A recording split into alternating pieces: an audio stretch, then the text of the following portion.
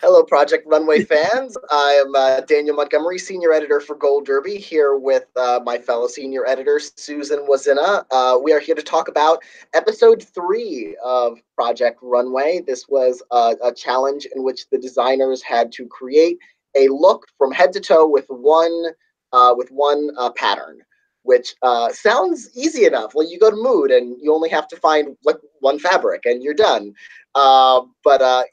So it turned out to be a much more dramatic challenge than I expected, which seems to be par for the course. And it ended with the elimination of Nadine Ralliford, who made me long for the relative warmth and graciousness of Kavanaugh. So first, let's start with that. That's the big main event. What were you thinking about Nadine and her behavior this week? She seemed very unhappy to be there the entire episode. It started off badly for her when they were in their living quarters, and she's like making everyone feel bad because there's always somebody like this when you're sharing a space. She's like, you're supposed to know that she's thinking that she has to clean up the dishes every night. Like, why? No one told her probably to do that, but that's what she's doing because she's a mom and all that stuff. And then she starts making, a guilt trip happen because they're not washing the forks and stuff. Hello, just forget about it. It's not your house. You can go out to eat if you want, I guess. I don't know. Yeah, and it's not even close to their priority because it's, I agree with you exactly with what was going on there. It just seemed like, she has to do the dishes because she likes to have the dishes done. And so because she likes to have the dishes done, she resented everyone else for not knowing that about her and doing the dishes when everyone else is thinking about the design competition, which is really the important, They go to that penthouse to eat and sleep. I mean, you're right. That's it. I think it didn't feel like we saw much of the living quarters. I mean, you saw their beds and they ate breakfast and then they left. We didn't hang out there as much. I really don't want to see people's clothes laying around. I can see that at home.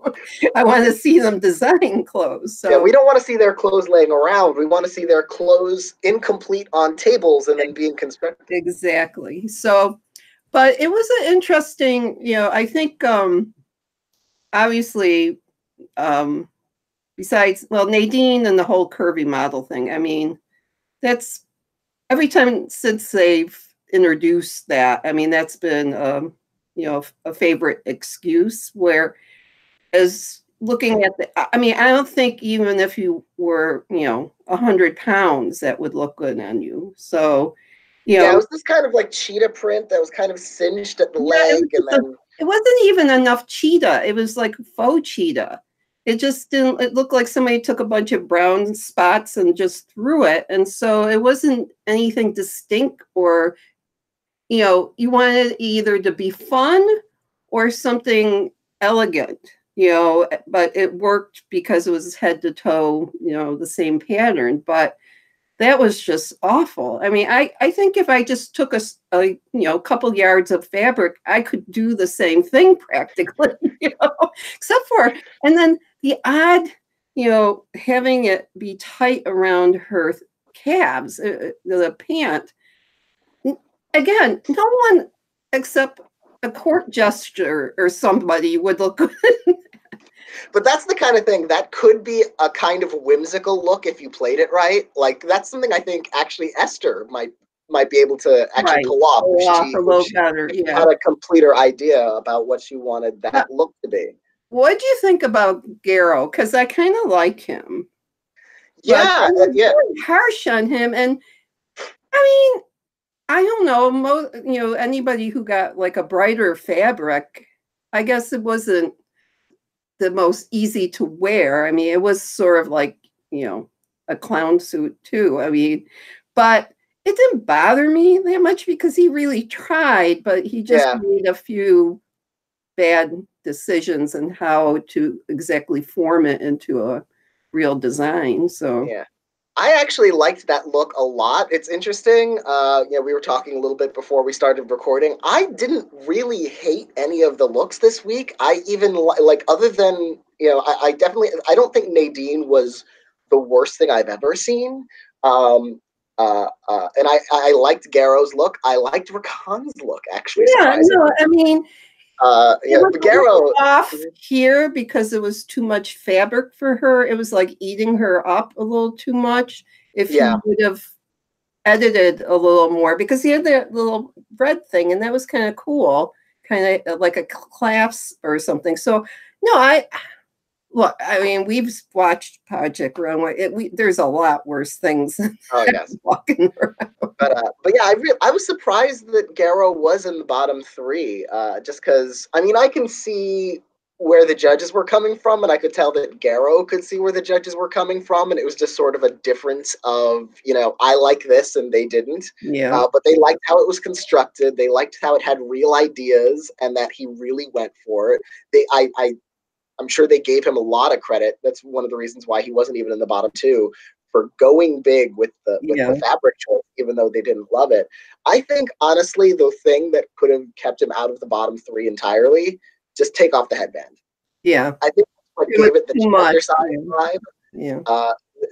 If replaced it with a different kind of headwear or no headwear or some other kind of jewelry or something like that as an accessory. Yeah. This was a week about, you need to learn how to accessorize properly, and I think this is key. It really could have taken that up to a more elegant, playful level as opposed to the costumey thing with the headband. And then who made the hat?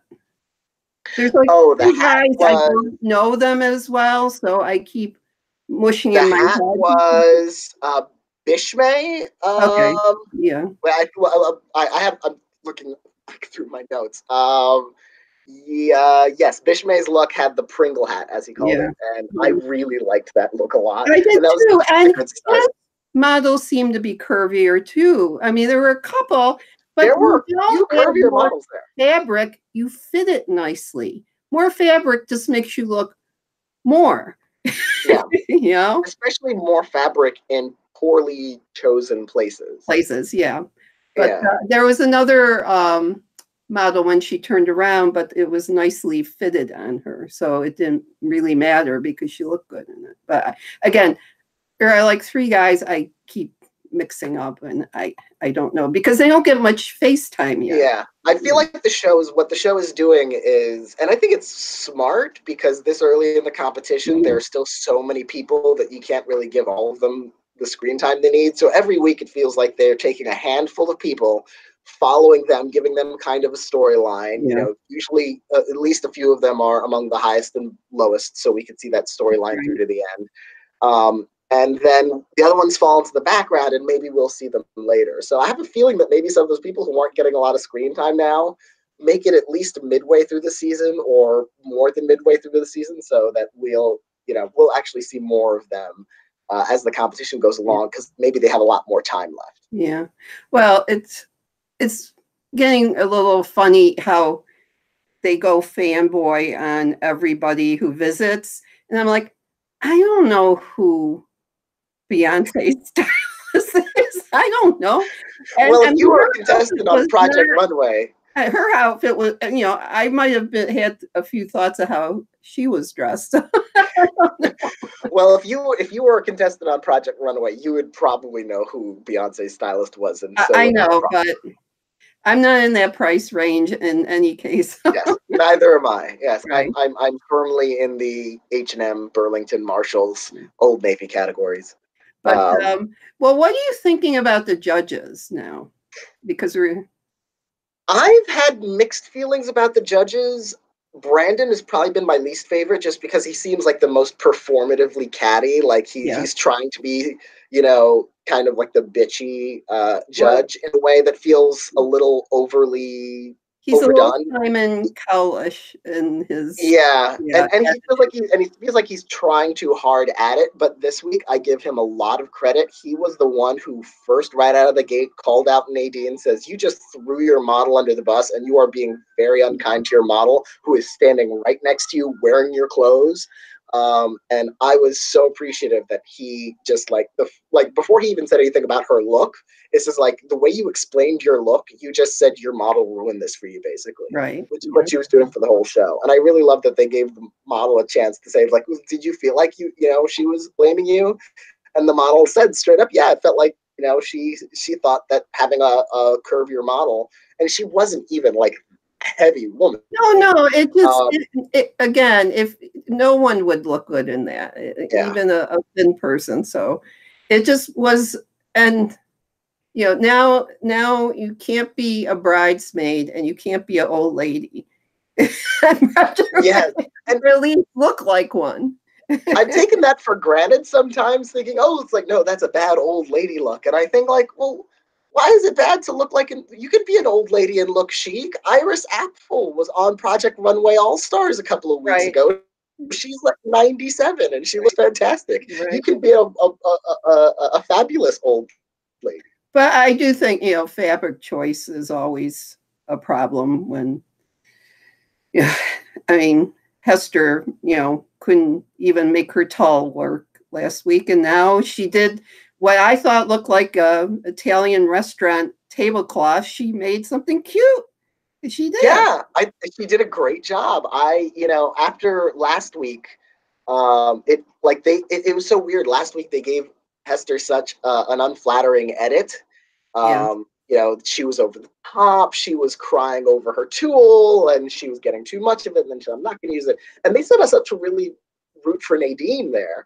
Right. And then this week it was completely the opposite. Esther was on point, and Nadine, even working on her own again, when I thought she's going to be fine, she's working on her own, she won't be butting heads against another designer, still seemed to resent everything and everyone there. Yeah. She resented her model, she resented the judges, she was talking back to the judge. Like, it was just like even when her fellow designers were gathering around her to give her their support, she was like, F you, I don't need that. I don't want that. Why are you giving me your sympathy? I don't even want to be here. I'm just like thinking, really? Then maybe go and give your ticket to Kavanaugh, who took her lumps from the judges, and she never once said, I mean, she said a little bit during the, workroom periods, like, oh, I'm having trouble with my, curvier model.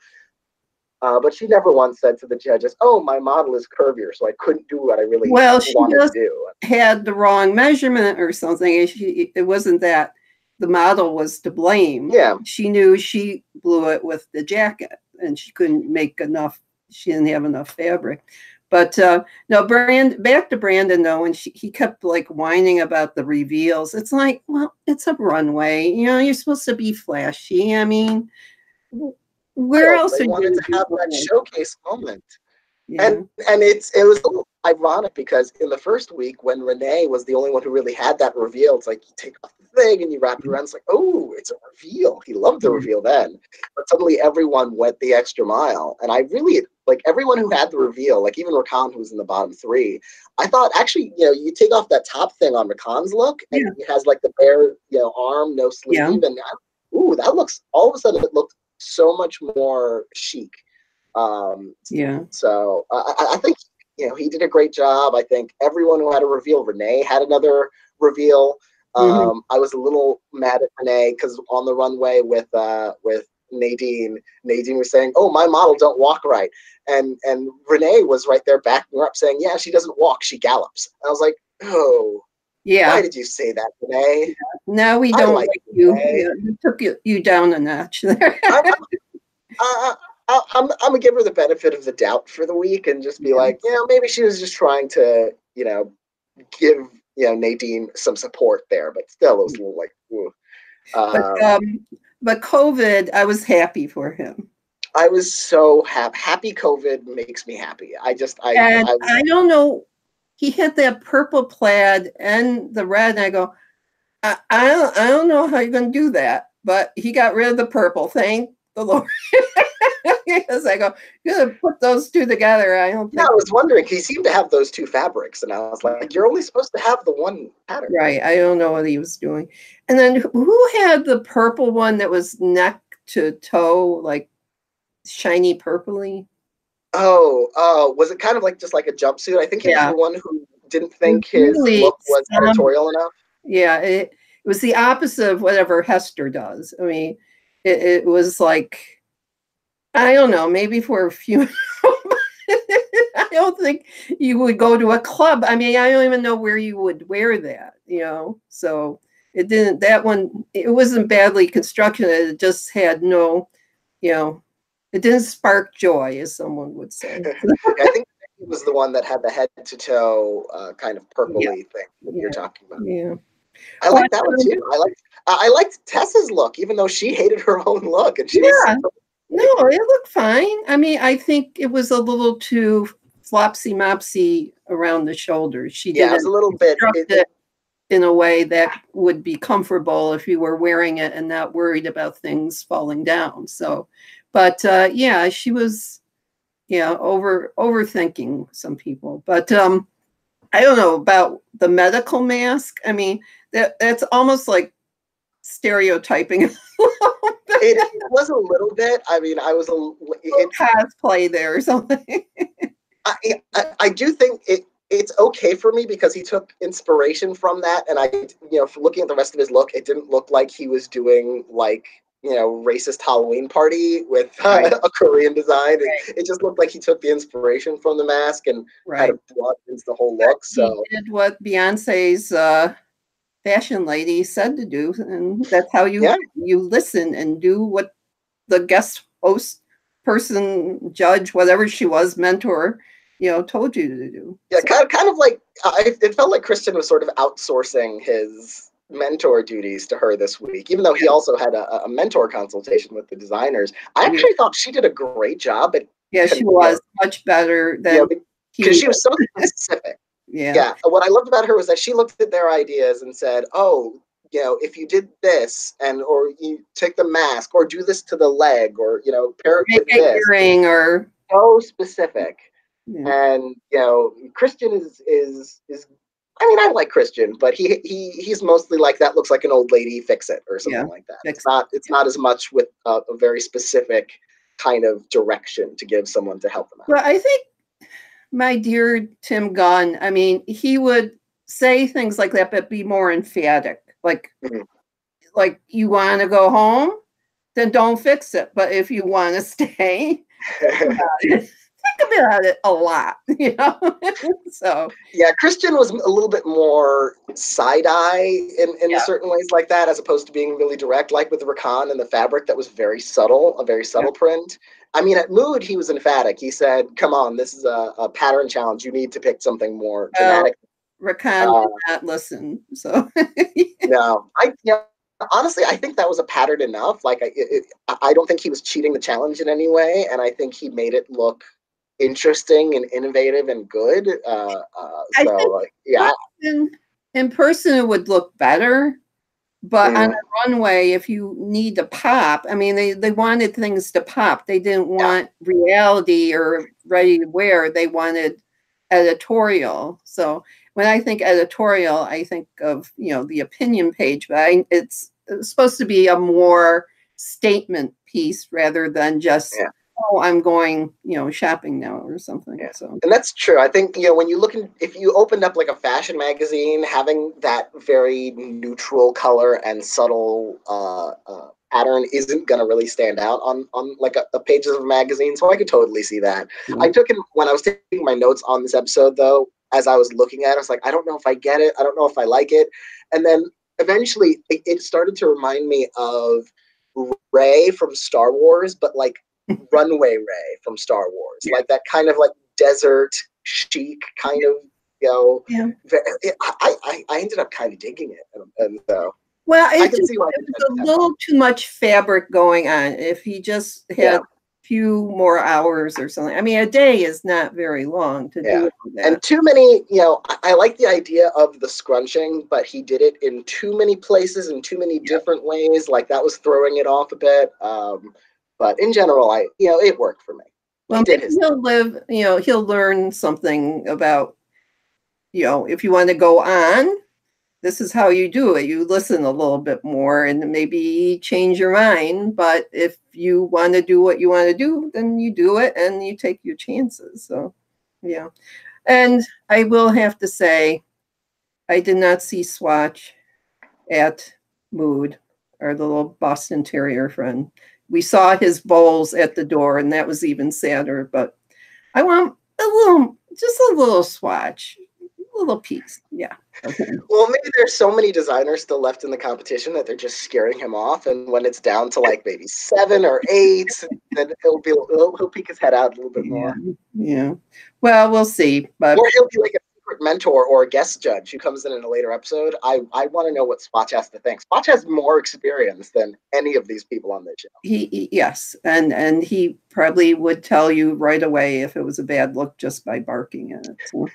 But he'll bite your leg if your fabric is terrible. I think, a lot of our comments, foreign people have kind of questioned this so far. They have, but I think this episode gave me some hope that, it was a little more fun rather than grueling.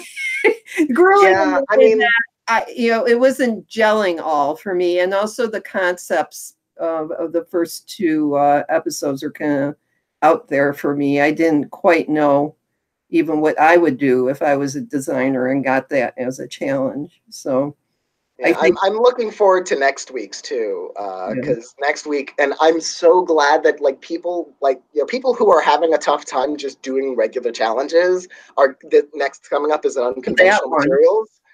So like all they were collecting was wet leaves, though. I'm kind of excited to see what the trippy wet leaf look is. I really want to see that. That's going to be so weird. And honestly, that's one of those. I mean, from the preview from next week's episode, it looked like Esther's going to get mad. Other people are going to steal her stuff that she's collected. I hope there's not a lot of drama. I feel like this is something Esther could be great at, doing something whimsical and weird with wet leaves. I guess, but you got to protect your stuff, Yes. See, I don't know if they should have got little see-through baggies or something to put everything in, because it's all outdoors. Yuck. You don't want to work with that. Look, if I was a model, I'm not going to wear wet leaves. I'm sorry. It's got to be more than that. Hot glue gunning leaves to whatever you have, a tent. I don't know. But that it's interesting because usually they had urban areas where they would go into a fire station or, warehouse and grab all sorts of crap. Now this is like the outdoorsy Project Runway. Yeah, it does feel like, I mean, I don't know exactly what the materials are going to be. I assume it's more than wet leaves, but it does feel a little bit, bacterial infection-y, in a way that, it's like, oh, this week's unconventional materials challenge, we're going to sort through medical waste. And well, I hope you don't find roadkill or something trying to use it. So. I think Hester would be up for that, but Hester would be up for that, or Bishme with his Pringle hat, he'll make a or Afa will make a fanny pack out of the dead raccoon. Yeah, that would work. You just have to do a little bit of digging, I think. Yeah. No, this episode made me a little more optimistic that it'll get better as it goes on. But okay, Nadine's diss of Carly was really not because she just storming off. Yeah. I mean, that felt so par for the course at that point. I was just like, yeah, that's just what she's gonna do. She is not gonna leave nicely. She's just not. Heidi if they have competition, if they had said, Nadine, you are safe, I half expected her to be like, no, I'm quit. Right. Heidi, I would have paid to hear her reaction to having someone do that to her. Respect. You have to earn it, Carly. Yes. Anyway. Well, it was fun this week, a little more fun. We'll see. Yeah, fingers crossed for next week. I too am encouraged by this week's show in the sense that almost every design felt like if it wasn't the best or wasn't great, everything had something going for it. I liked something about almost every look. Mm-hmm. So I really hope there's more of that in the weeks to come. I like it when it's a really hard decision who's going to win. And a really hard decision who's going to go home, because everything is there's no like obvious disaster. I love that. Yeah. So thank you, Susan, for joining me this week. We will convene again next week to talk next week's episode of Runway. Thank you, everyone, for watching. Click like and subscribe, and to see more from Gold Derby. Thank you very much, and we'll see you next week.